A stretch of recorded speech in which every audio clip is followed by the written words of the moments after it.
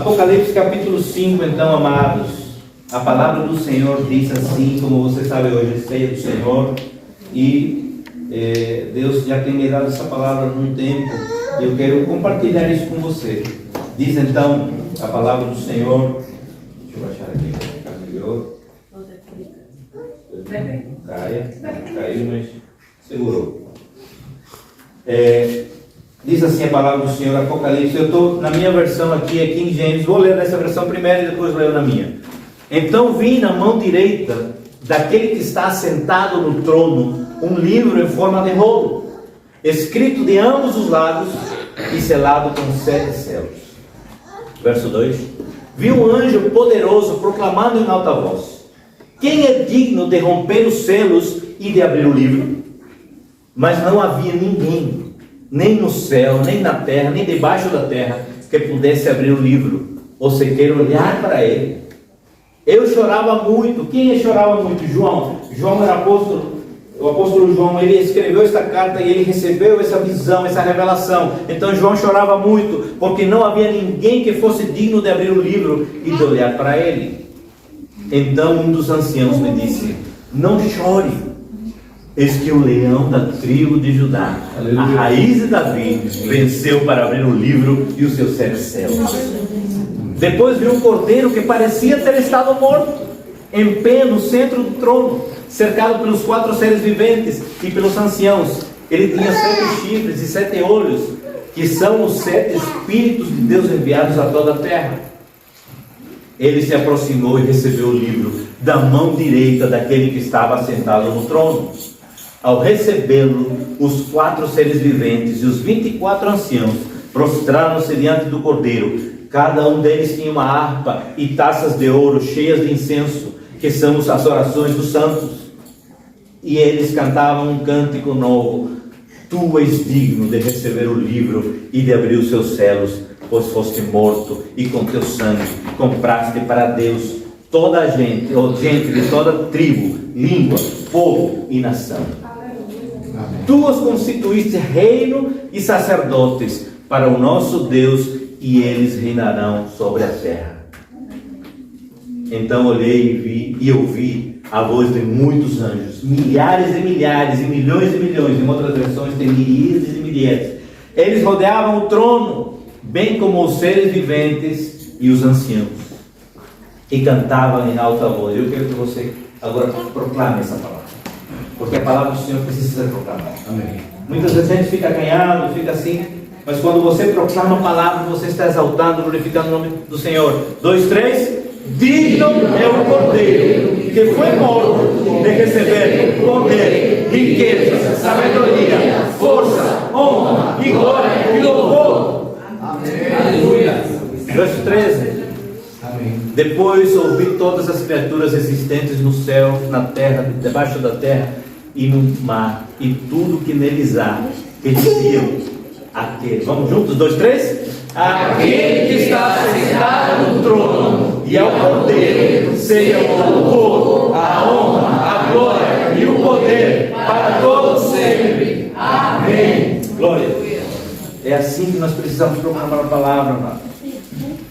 Desde que eu me conheço por gente, e eu gosto muito de proclamar. Se você ver alguns vídeos lá da nossa igreja, que nós pastoreávamos no Brasil também, vocês vão ver, porque a palavra do Senhor precisa ser proclamada. Muitas vezes a gente proclama, olha, lê e fala de forma acanhada. Nós precisamos proclamar essa palavra, porque ela é viva, ela é eficaz, ela é poderosa.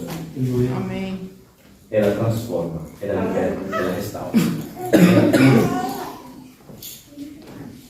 Então, nesse panorama que nós estamos vendo aqui, é a visão que João teve do livro do Cordeiro.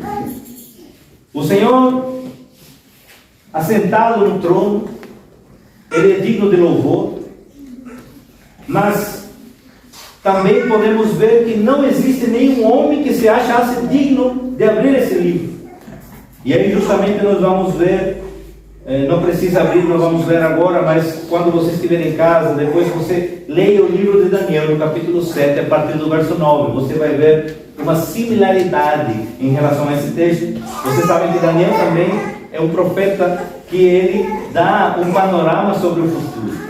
E aí nós podemos ver também que João está tendo essa visão. E aí o que diz então? Vi na mão direita daquele que estava sentado no trono um livro escrito por dentro e por fora, selado por todos os lados, com 7 selos. O que sugere a mão direita? A mão direita, ela sugere uma posição de grande importância. Ela representa a bênção do primogênito. Em Gênesis capítulo 48, você vai ver essa bênção da primogenitura, ou de aquele que é o primeiro filho que recebe a bênção. A posição de honra na presença do rei também simboliza a mão direita. Então, nós precisamos entender, e não vou fazer um estudo profundo porque não daria tempo, a gente precisaria várias semanas, e vamos sim, em nome de Jesus, fazer um estudo sobre o Apocalipse aqui em fevereiro. Mas, veja bem, o que acontece? Acontece que a palavra nos dá certos detalhes que a gente precisa estar atento. Primeiro, porque esse livro estava na mão direita daquele que estava sentado no trono. E essa mão direita, então, ela tem a conotação do poder, da glória, da majestade. Ele é o rei, ele é o Senhor. E quem é ele que estava com o livro na mão direita? É o Senhor Deus Todo-Poderoso. Então, o que acontece agora? Acontece que era um livro escrito por dentro e por fora, todo selado, com 7 selos.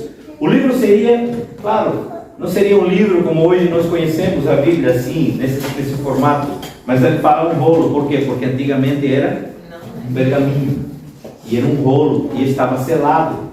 E aí então esse livro seria um rolo ou um pergaminho com palavras escritas em ambos lados. E esse rolo, o livro, ele representa a vontade de Deus para a execução do seu servo. E quem é esse servo? É o Cordeiro. E quem é o Cordeiro? É Jesus. Jesus que derramou seu sangue, Jesus que entregou sua vida em favor de nós.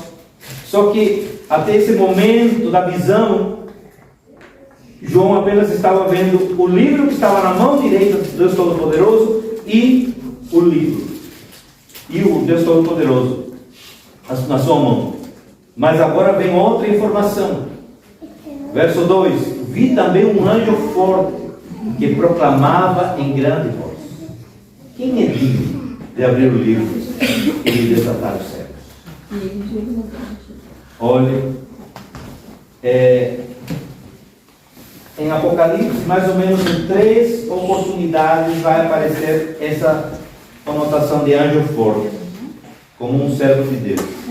E aqui, o papel desse enviado de Deus é falar, fazer uma pergunta: quem é digno de abrir o livro? Quem é digno de abrir o livro e de desatar os céus? Então o foco do versículo 2 não é a expedição, mas sim a mensagem. Quem é digno de revelar e executar a vontade de Deus? É isso que o anjo está perguntando. Quem é digno de revelar e executar a vontade de Deus?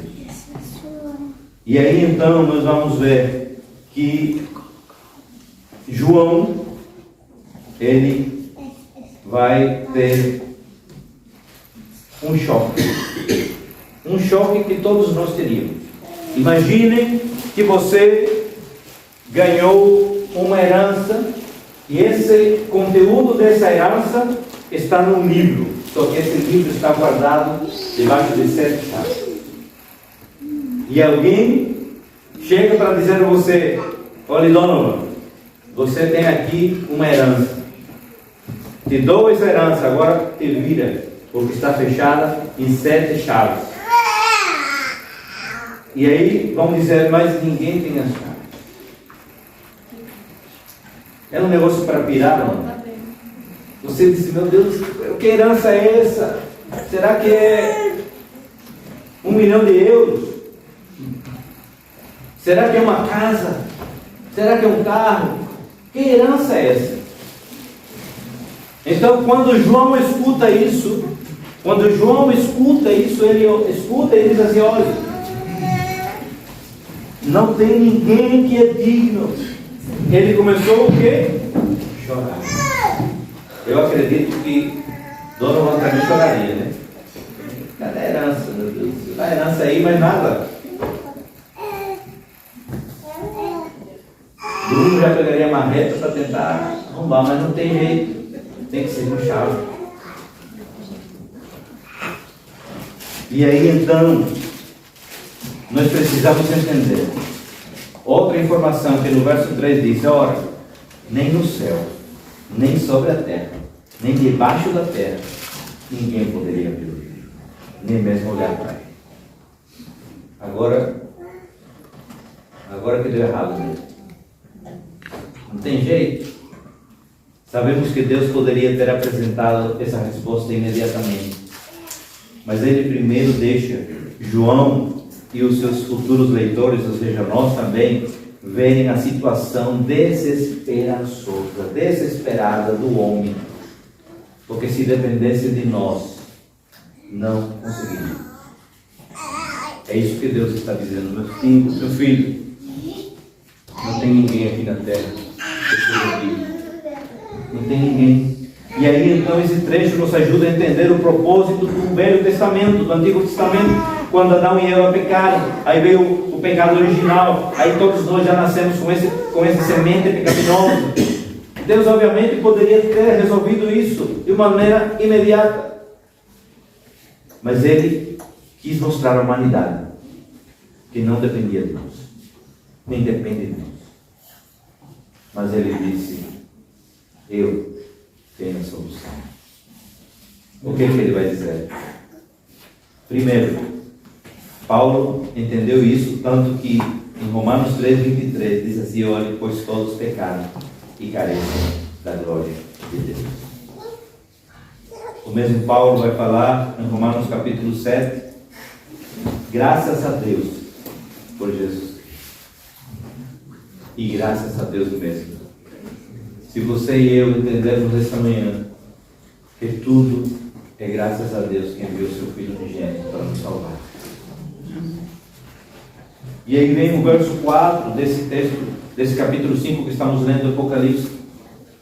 João dizendo: eu chorava muito. Eu chorava muito porque ninguém foi encontrado digno de abrir o livro, nem mesmo de olhar para ele. João se sentia sem esperança. Olha, a humanidade, na verdade, ela está sem esperança. Eu não sei como você olha e tem a perspectiva da humanidade, mas eu, por causa do meu trabalho, quem é membro sabe, eu trabalho aqui na Repsol e trabalho de madrugada. Agora que estou trabalhando à tarde, mas olha, quando você vê o panorama do que acontece na madrugada, à noite, é desesperançoso. Porque você vê cada situação. Jovens que poderiam ter uma vida tão boa e na visão deles é boa, mas desculpem essa palavra, esse desabafo, mas vomitam de tão alcoolizados. Porque a humanidade está sem esperança. Porque a humanidade acha que esse livro ainda está fechado. Porque a humanidade ainda não entendeu que existe alguém sim, no céu, aqui na terra e debaixo da terra, que é digno de abrir. Aleluia. João sentia esse sentimento de desesperança, mas confiava tanto em Deus que queria ver a vontade divina executada, mesmo sem saber o conteúdo do livro. Mas se não houvesse ninguém para poder abrir o livro, os servos do Senhor não aceitariam ou não receberiam o benefício. Lembra que falei sobre a herança, sobre o testamento? Se não há um testamento, se não há alguma coisa que você receba isso legalmente, você não pode receber a sua herança. Quem faria isso? Amado, verso 6. Eu vou ler aqui na minha versão. Aliás, verso 5. Então, um dia, Um dia chegou na minha e na sua vida. Então, um dos anciãos consolou, afirmando: não chore. Não chore, não chores, Arlindo. Não chores, Eduardo. Não chores, Lino. Não chores, Excel. Não chores, Carlos. Não chores, Murilo. Sabe por quê? Foi o leão da tribo de Judá, a raiz da vida. Ele venceu.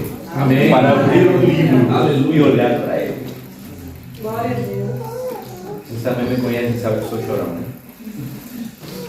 Mas eu choro de alegria. Sabe por que de alegria? Porque se não fosse isso, não estaria aqui nessa manhã. Você não estaria aqui nessa manhã. Mas graças a Deus que nos deu a vitória. Por isso, nesta manhã, quero declarar para a sua vida: meu filho, minha filha, não chore. A situação está difícil. Me disseram que em janeiro chegando já ia estar trabalhando, ainda não se preocupe. Deus vai abrir portas. Amém. Mas a primeira porta e a grande bênção que você e eu já recebemos chama-se tão grande salvação, e isso ninguém pode tirar. Não tem empresa, não tem ETT, não tem nada que possa tirar essa bênção que você já recebeu. E se você não recebeu ainda, hoje é dia de salvação. Amém. Não chores, pois o leão da tribo de Judá, a raiz de Davi, venceu para abrir o livro e romper os 7 selos. Verso 6: nisso aconteceu que reparei no meio do trono e dos 4 seres viventes, entre os anciãos em pé, um cordeiro que parecia estar morto. Sabe por quê? E isso aqui é loucura. Por isso que Paulo vai dizer: olha, o evangelho é loucura para o mundo. É loucura. Mas é salvação. É loucura por quê? Porque Jesus, o Salvador, o próprio Deus encarnado, ele assumiu a minha culpa e a tua culpa, a minha dívida e a tua dívida, e foi pregado numa cruz. Essa cruz aqui é fichinha, com LED e tudo. Era muito maior.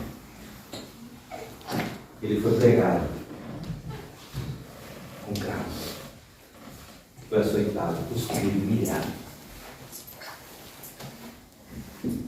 para que você e eu pudéssemos ter uma vida abundante aqui na terra. Entenda, vida abundante não é ter o melhor trabalho, vida abundante não é viver na melhor casa, vida abundante não é ter o melhor carro, vida abundante é estar em paz com Deus. Amém. Não caia nessa teologia da prosperidade. Vida abundante não tem nada a ver com riquezas na terra. Amém. Vida abundante tem a ver com riquezas no céu. Amém. É lógico que Deus é um Pai tão bom, tão amoroso, que Ele aqui na terra nos mima. E como nos mima? Como nos mima? Porque eu não sou merecedor. Mas graças a Deus, que é a maior das bênçãos que a gente possa ter recebido, Ele já concluiu na cruz. E aí então ele disse: parecia estar morto. Estava falando sobre a loucura que as pessoas dizem no mundo, mas olha, ele foi para a cruz sendo Deus, entregou sua vida, foi crucificado. E todos celebravam. Os judeus, os fariseus, os saduceus. Naquela cruz ele estava pendurado. E no final ele disse: está consumado. Sabe o que aconteceu? Antigamente, para que o povo de Deus pudesse ter contato com Deus, comunhão com Deus, era através do sacerdote. O sacerdote ele entrava a cada ano para apresentar os sacrifícios do povo diante de Deus. Mas quando Cristo ele disse: não, eu sou o Cordeiro, eu sou aquele que tira o pecado do mundo, ele disse: a partir de hoje, você e eu temos livre acesso. Amém. Havia um véu muito denso, uma cortina muito densa, que separava o povo da presença de Deus, do Santo do Santo. E essa cortina foi rasgada de cima a baixo, e ela caiu, dizendo: nada mais nos separa. Aleluia. Nada mais. Aleluia. Paulo, por isso, vai dizer: olha, quem vai nos separar do amor de Deus? Tribulação? Doença? Não. Nada nos separará do amor de Cristo. Aleluia. Nada. E aí então, amados, diz assim: aconteceu que reparei, verso 6, no meio do trono e dos 4 seres viventes em pé um cordeiro que parecia estar morto, e tinha 7 chifres e 7 olhos, que são os 7 Espíritos de Deus enviados a toda a terra. Verso 7. Aqui pulamos de alegria, porque ele veio, ele se aproximou e recebeu o livro da mão direita. Na minha versão diz: ele veio e pegou o livro da mão direita de quem estava assinado. Ele veio e pegou esse livro. Antigamente, não, ninguém pode, ninguém é digno. Mas o que acontece? Verso 8: e assim que o recebeu, os 4 seres viventes e os 24 anciãos prostraram-se diante dele, ou seja, do cordeiro, e cada um deles tinha uma harpa e taças de ouro cheias de incenso, que são as orações dos fiéis. E eles cantavam um cântico: tu és digno de receber o livro e de abrir os seus céus, pois foste morto e com teu sangue compraste para Deus gente de todo tempo, língua, povo e nação. Novamente quero repetir isso, sempre falo isso: você não está em Portugal por acaso. Deus tem um propósito para você nesta nação, neste continente. Deus quer que você seja um transmissor do conteúdo desse livro para a humanidade. Amém. Deus quer nos usar, amados. Deus quer que você e eu possamos romper barreiras, que a gente possa ser instrumento de Deus na terra, instrumento do Pai, para que toda a terra saiba: olha, se preciso, falemos, mas que a nossa vida diga que nós somos dele e por ele, para ele ser todo. Amém.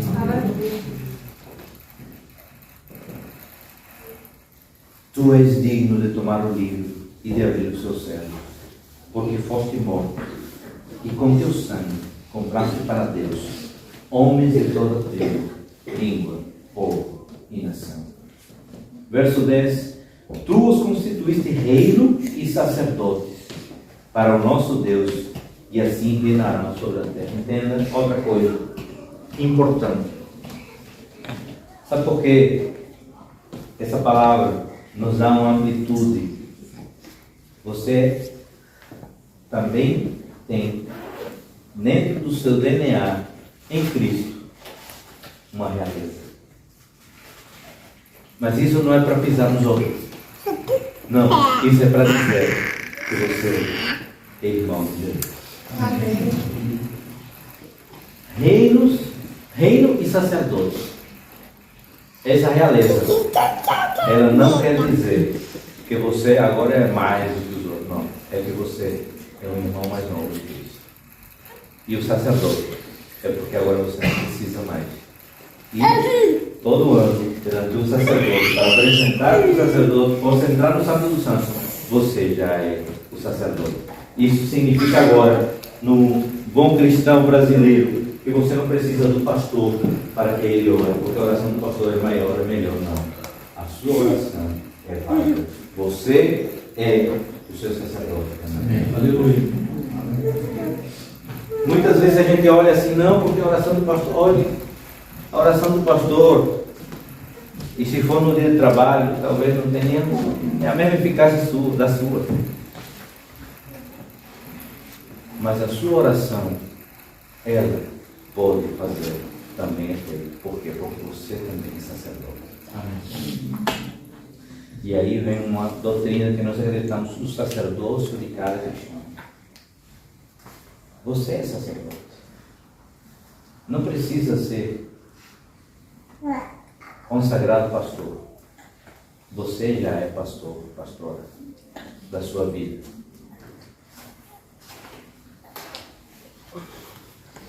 Você tem essa autoridade dada por Cristo.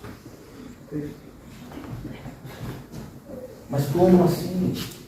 Isso não quer dizer que você agora vai sair daqui e vai dizer, sou pastor, o pastor já me disse, né?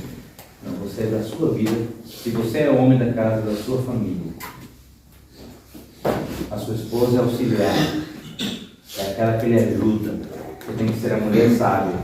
E você precisa entender que aquilo que Deus mandou você fazer, o propósito que Deus trouxe você aqui nesta terra, foi para dar continuidade à obra de Cristo.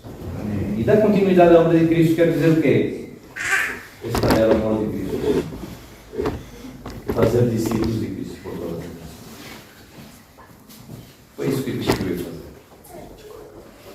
Cristo veio espalhar o amor. Né? Cristo veio espalhar o amor. Ele veio não porque ele, eu te amo, não é paz e amor, não. É porque ele é o amor. É porque ele demonstrou amor através de sua vida. Ele se fez maldição por nós. Isso não quer dizer agora não posso errar mais. Vamos errar mais.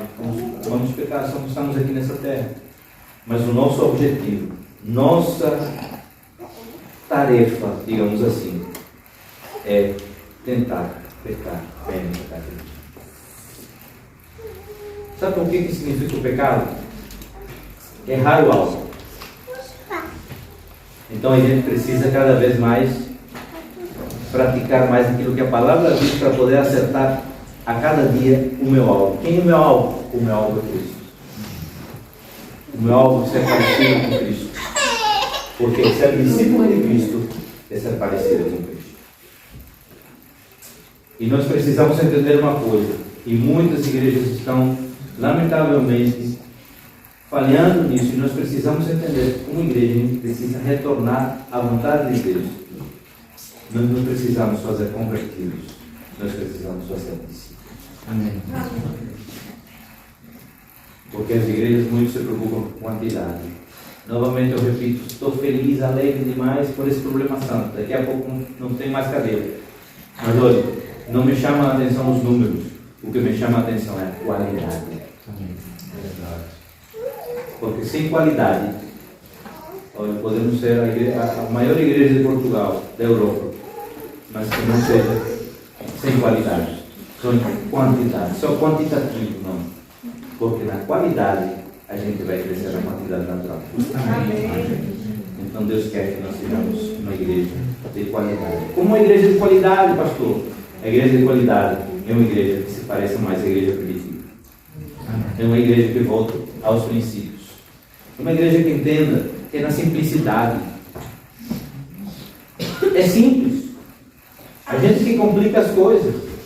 Vamos fazer isso aqui. Não, vamos na simplicidade. Vamos na simplicidade. É isso que Deus quer. E naturalmente Deus vai mandar. Pelos olhos da fé, amados, eu já veio aqui. Não veio muito porque é pequeno. Mas toda uma equipe de louvor assim, tirando. Amém.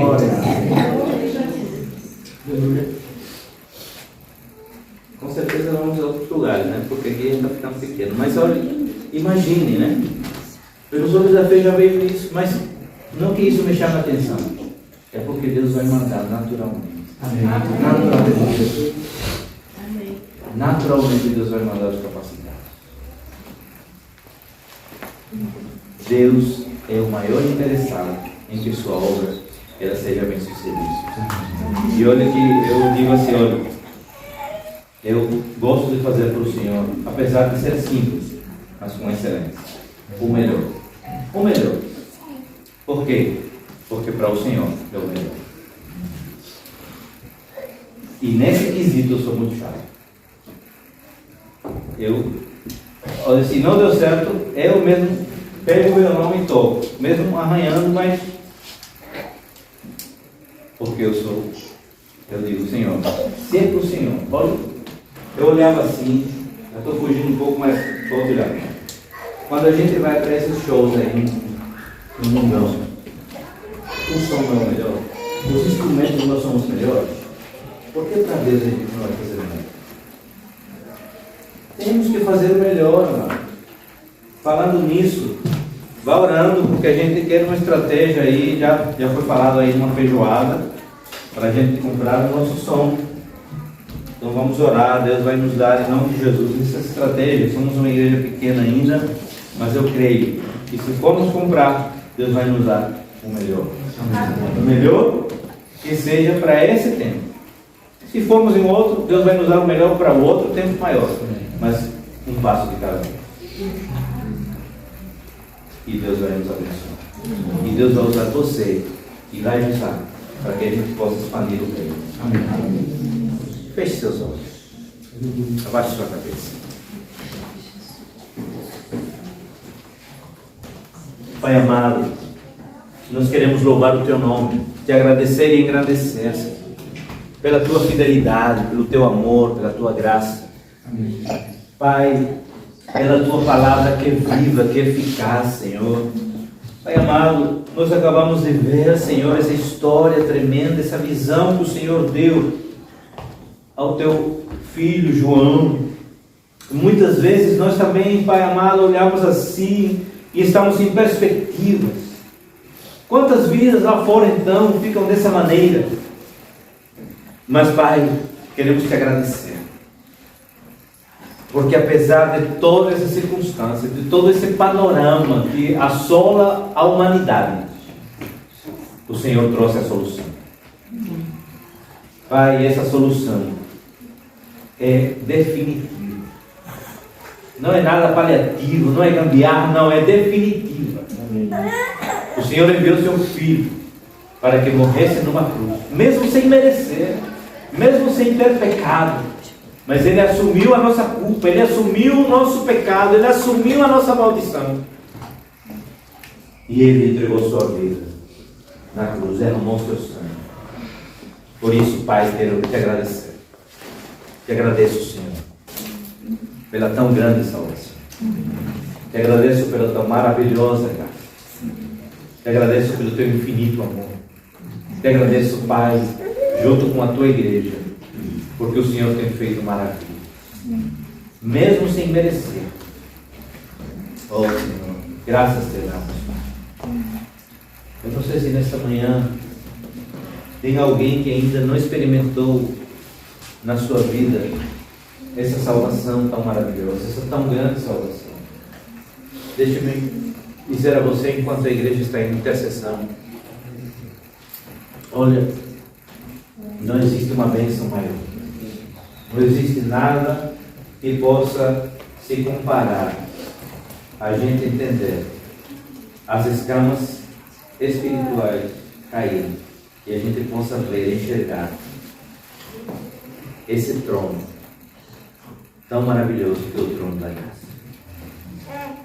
Se você nesta manhã não sente, talvez você já até frequenta a igreja faz muitos anos, mas deixa eu falar uma coisa: frequentar a igreja não quer dizer que você está salvo. Quero dizer a você que a maior e melhor decisão que eu fiz na minha vida, com 12 anos de idade, foi entregar minha vida a Jesus. E não me arrependo. Não me arrependo. Se você quer nesta manhã tomar essa decisão, se você quer dizer, Senhor, eu quero verdadeiramente entregar minha vida por completo aqui. Isso não quer dizer, amados, que você a um estralar de dedos já vai mudar por completo. Sabe o que vai mudar com um estralar de dedos? É que teu livro vai ser escrito no livro da vida. Isso sim, automaticamente. Mas a santificação é um processo. E todos nós estamos ainda passando por isso. Se você quer, fique em pé no seu lugar. Eu quero orar por você. Eu quero orar pela tua vida.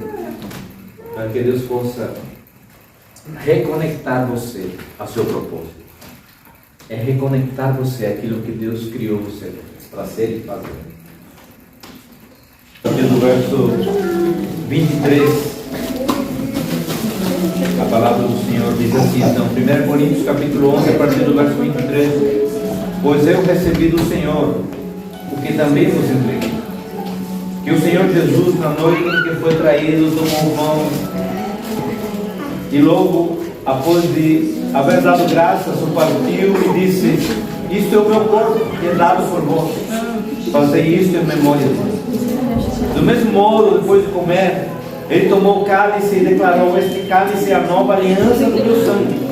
Fazei isto todas as vezes que o beberdes em memória de mim. Portanto, todas as vezes que comerdes este pão e beberdes este cálice, proclamais a morte do Senhor até que Ele venha. Por esse motivo, quem comer do pão ou beber do cálice do Senhor, indicamente será culpado de pecar contra o corpo e o sangue do Senhor. Examine-se, pois, cada um a si próprio, e dessa maneira coma do pão e do cálice. Pois quem come e bebe sem ter consciência do corpo do Senhor, come e bebe para a sua própria condenação. Essa instrução que Paulo está nos dando aqui, não é que se aconteceu alguma coisa, se eu falei alguma coisa que não devia, não é para deixar de cear, não. É para que a gente possa pedir perdão ao Senhor, para que a gente possa voltar atrás, pedir perdão ao meu irmão, à minha irmã, ou a Deus, a minha esposa, ao meu esposo, e aí assim eu possa cear, participar dessa ceia. Então vamos fazer isso agora, fazer uma oração de autoavaliação. É você e Deus. Eu não sou juiz. É Deus que nos justifica e que nos julga. É Deus que nos justifica. Que você possa fazer essa oração agora. Que você possa se colocar diante do Senhor. E, por favor, se você tem alguma coisa, acerte isso e ceie. Não deixe de cear, não deixe de participar desse momento da comunhão. E aí você que não é batizado ainda, você espere um pouco. Nós vamos ver agora também, no final de janeiro, vamos começar com umas lições para você que está chegando agora também, para a membresia. Se você já é batizado, também passará por algumas lições, mas quem não é ainda batizado, vai passar pelas lições para poder ser batizado. Bem? Então façamos essa oração.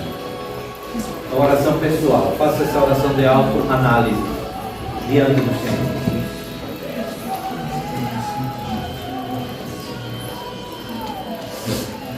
Pai, nós te louvamos, te agradecemos, Senhor.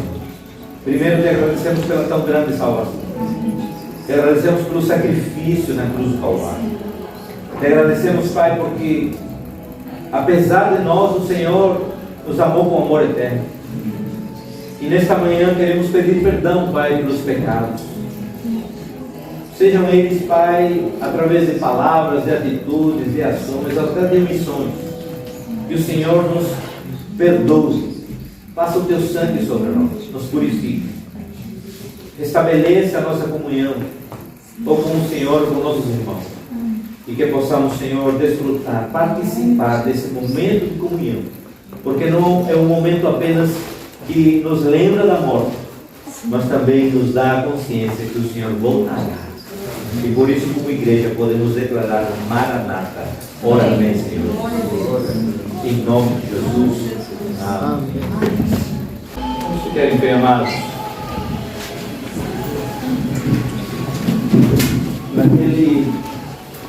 Naquela ocasião, então, a palavra do Senhor diz que Jesus estava com os seus discípulos. E hoje nós estamos aqui reunidos como discípulos dele. Ele tomou o pão, então, e deu graças. E o partiu e disse: olhe, esse pão Ele é o meu corpo, que é dado em favor de vocês. Façamos isso nesse momento.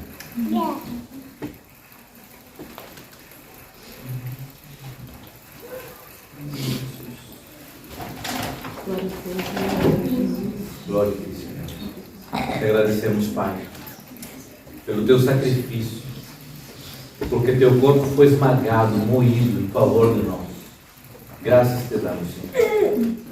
Semelhantemente, ele tomou o cálice e disse: esse cálice é a nova aliança de nós.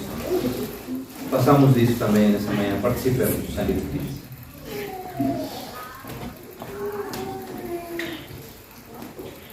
Graças te damos, Senhor, pelo teu amor incondicional, pelo sangue derramado, porque teu sangue nos purifica de toda injustiça. Graças nós te damos, Senhor, nesta manhã. A ti seja dada toda a glória, toda a honra, todo louvor, toda a adoração. Em nome de Jesus. Amém. Pai, nós queremos te agradecer por este dia tão maravilhoso. Primeiramente pela tua presença, porque sem a tua presença isso apenas seria uma reunião. Mas a tua presença dá a conotação de que rendemos um culto de adoração a ti, Senhor. Tu que és digno. Graças te damos, Senhor. Pai, te agradecemos por tudo que o Senhor tem feito em nossas vidas. Pai, primeiramente pela tão grande salvação. E também, Senhor, por tantos benefícios que o Senhor tem nos dado. Quero abençoar cada família que está aqui representada, Senhor.